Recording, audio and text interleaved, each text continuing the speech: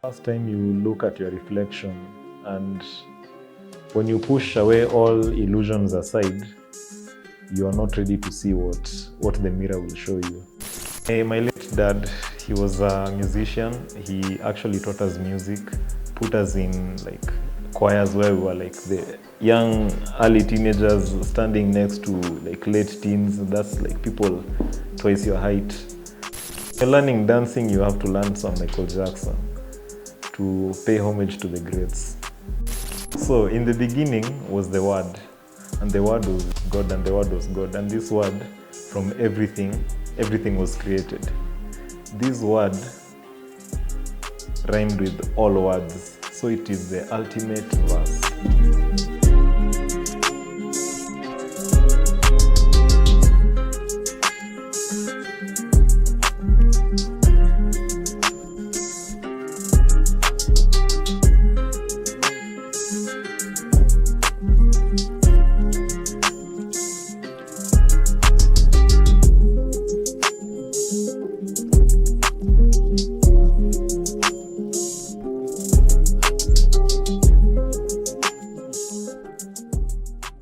Art was actually like a form of independence, because at that time, being the firstborn in my family, I'm basically the mascot of morality and uprightness for the rest. So doing art was the only thing that I could do myself. In high school, okay, by the time I was getting to high school, I was already like self-sufficient. Just get your tools and you get to work. So we had friends, including Native, and there's another graphic design guy called Kim. Yeah, we used to, okay, though I didn't really know Native as an artist until after high school. But I used to meet with other artists. We just exchanged sketches we had sketched during the lesson time. Yeah, and we'd also borrow a lot from magazines, because at that time there was Super Strikers that come out, and also Shujaz. And then there was also a short comics by Wapi. Yeah, Point Blank Vumbi. There was a magazine by Homeboys called Skiza, and it really had like awesome illustrations by Vumbi. So yeah, Point Blank. So we used to get a lot of inspirations from mostly anywhere actually. So I joined a college in Buruburu for graphic. I learned graphic design. I studied graphic design, and they didn't have a graphic design course. So after I learned all the basic ones, I had to go and find tutorials. They offered me their infrastructure, computer, internet. I'd come with tutorials, and I did Illustrator and InDesign using the tutorials I got by myself. Yeah, but after college, I got a job as a graphic designer for a photo studio, and that's how I got into photography. Yeah. I found out about this space called Power 24 back when they were at Status Avenue in 2014, and that's where we met like the legendary artists we know now. Kina Bankslave, Detail, Swift, Kirosh. We met them all there. And we used to take part in the activities where they were making murals mostly. And that's how I got to touch paint, climb walls. And after that, we could be able to carry out on our own. I take it as a form of evolution, because initially I really had a problem of, am I an artist? Am I a photographer? Okay, what am I really doing here? I'd put down one thing and do the other thing for like 6 months, and then I'll like start from scratch, like making art.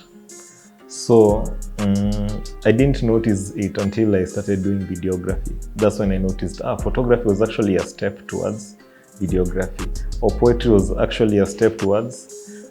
Yeah, so they are like building blocks. Because in the end, I think you're more intent.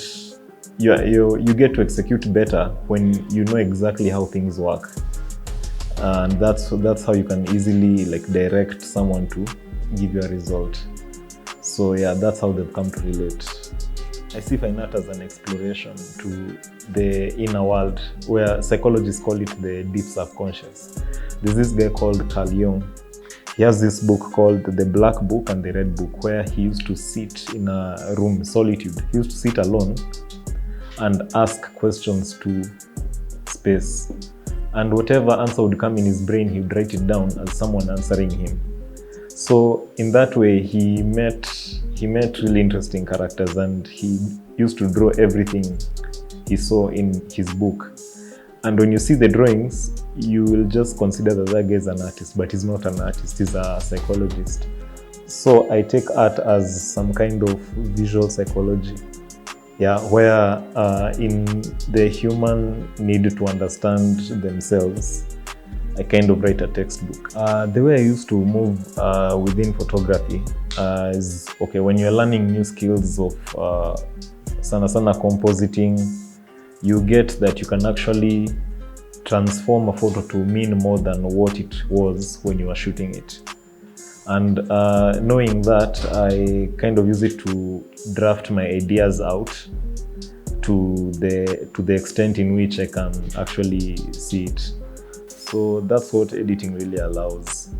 And that's how my photography merged with my art, because now it got me to remember why I really took an interest in it. Poetry was, I see poetry as a kind of a refined form of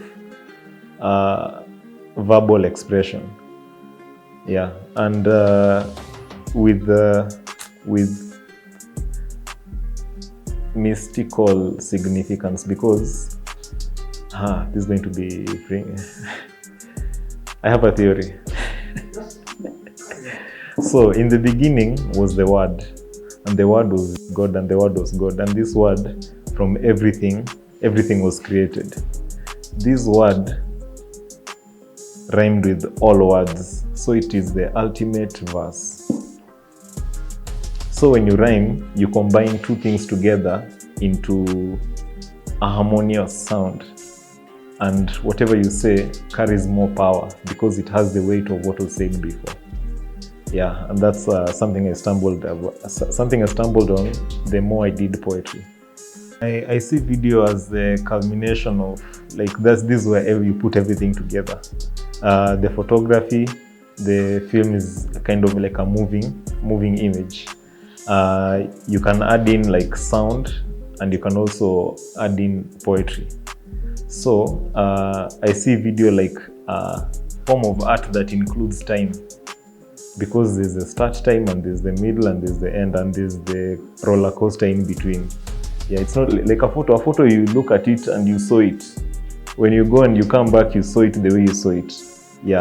So video has that time factor, and it has a more literal method of telling a story because the progression. First of all, which is ironically last of all, my late dad, he was a musician. He actually taught us music, put us in like choirs where we were like the young early teenagers standing next to like late teens. That's like people twice your height. And I didn't notice how it seeped in me until I started doing music. And that's when I like, oh, these things, I understand them. Kumbe. Second, all the artists that I've seen like internationally since I started drawing, and that comes from people who made cartoons. Picasso, not much. Okay, just the celebrity status. Sergio Topi was an Italian illustrator. When I started drawing with the pens, he was the go-to guy. Michael Jackson. Do I have to say more?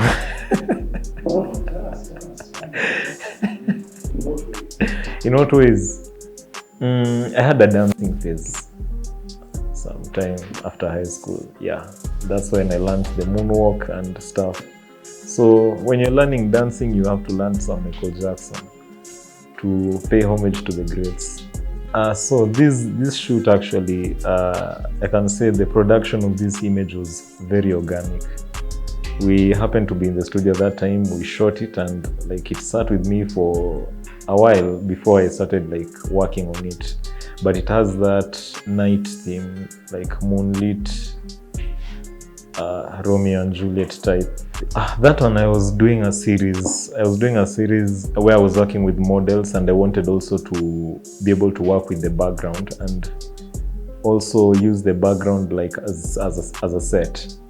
So the first one I worked with Peace, which one was there's this model doing a yoga pose and the leaves were silver. So this one I wanted to be more flamboyant and more flashy. So I got a model with the same kind of color hair, and I made sure that the melanin was just right. Yeah, this is the man, the myth, the legend, native Nairobi. Yeah, so he wanted me to capture his essence without showing his face, more like a Batman thing. Yeah, and that's what we came up with because of he has interests in Japanese culture and martial arts. Yeah, so we executed it that way. We were reimagining the ancient maidens, how they used to look, and with the current, like taking the current concept of makeup to the olden days, like how would it look like? So we created this out of, we did a silver body art paint, and we shot it with IMO photography. This image is like a series of, it's not really like a intent, the series, but it's an idea of someone meeting their double in the deep dark, because that's the state in which you send your prayers, you ask yourself questions, you get your answers. So in trying to see yourself, you create yourself in the darkness, and hence the double. It was quite timely, and it had some significance at that time. Okay, so this one was the reawakening of the African spirit, which is a form of resurrection. And in that resurrection, I took the idea of a phoenix, the way a phoenix burns and is born again. I take Gemini because it's like you meet your twin and then you expect you're the same, then you're not really the same, so you have a lifetime of studying each other. I had just found some cowrie shells and plenty of them. Yeah, but there was also that the Kikuyu culture where they had cowrie shells on their leather straps and stuff. So I wanted to pull that off. So like I really went all out in the concept creation, including getting an actual Kikuyu girl with dreads. Yeah, ilibaki tu kiondo. Yeah, it's the same. Actually, it's the same. Very same. This was a moment of prayer. In fact, it's called Ombi, and it's prayer in the form of requesting guidance from the all-knowing. Yeah, so this is Peponi. The photo itself is actually from you know when the tap and the depressed platform where the water drains. It's like that outdoors sink. Yeah, and so the water had formed like swirls and stuff. So when I was editing it, I didn't really have much of an inkling of what it would come about until we wrote the book Afro-renaissance. There's a section where it's about the transformation of a person going through the hero's journey, where they, in realizing who they are, they realize that they have to die. No. In realizing who they are, they realize that they also have to let that spirit live beyond their physical selves. So this Peponi was the intent, passing on the intent of a free spirit. And I had captioned it, "Let there be life." Post-production work, Photoshop, a lot of liquefiers, because people, when they look at it, they come up with a lot of things, but the most I've had is, I see a butterfly there and it's flying and I don't know what's happening. Yeah, but it's about that. It's about the liberation that comes with letting something free. This is the guide in the deep unconscious. In Alice in Wonderland, that was the Cheshire Cat. In Matrix, that was Morpheus. And in stories, the general stories, there's this cycle, The Hero's Journey by Joseph Campbell. Yeah, so he says that the hero's journey, the hero leaves a comfortable place, goes to the unknown, finds challenges, but since he's new in that place, he has to meet someone who will guide him through, and that is the mentor who's going to lead him to face like the biggest challenge, where he'll face death and come back to the safe space, being a new person. Yeah, so this is the shaman. This is for the first time you look at your reflection, and when you push away all illusions aside, you are not ready to see what the mirror will show you. And the first thing the mirror will show you is nothing you have never seen and something that will shock you because of all that has been used to bury it down and deny it. I started out this year with events, cultural events, and so far we have done 2 of them. But I'm working on a art project which is going to include photography at some point. It's called The Message. It's about the evolution of consciousness through time. So there's a time where it will meet like human expression, and that's when it will be photography intensive. Beyond that, there's also, I'm working on my music, which is also going to require a lot of visuals.